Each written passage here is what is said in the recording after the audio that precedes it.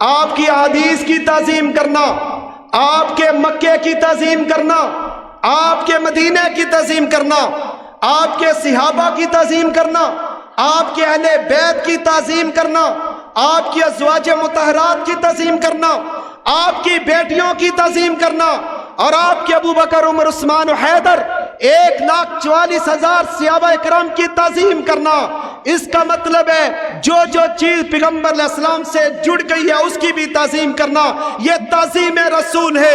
اس لیے امت کے لیے ضروری ہے کہ اپنے رسول کی تعظیم کرنی ہے، کیونکہ اللہ کہتا ہے وَتُعَزِّرُوهُ وَتُعَقِّرُوهُ، تم نے میرے پیغمبر کی عزت بھی کرنی ہے، میرے رسول کی توقیر اور تعظیم بھی کرنی ہے۔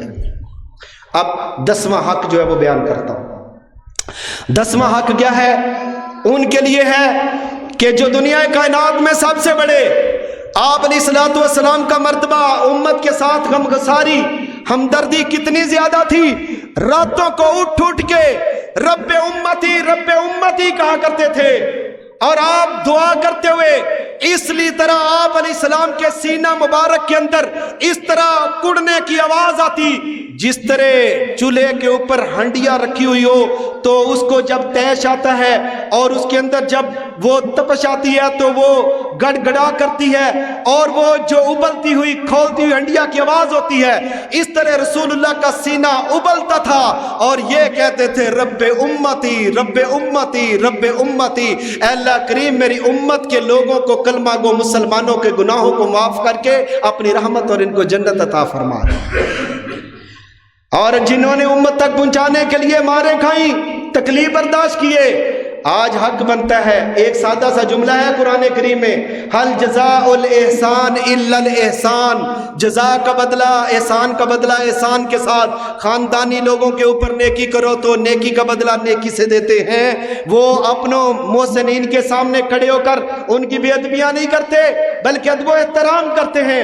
اللہ نے کہا حل جزاء الاحسان الا الاحسان، تو جب اللہ کے نبی پر کہ ہمارے اوپر بڑے احسان ہیں تو ہمارا بھی حق بنتا ہے کہ اپنے رسول صلی اللہ علیہ وسلم پر 10واں حق یہ ہے کہ کثرت کے ساتھ درود بھی پڑھا جائے، سلام بھی پڑھا جائے۔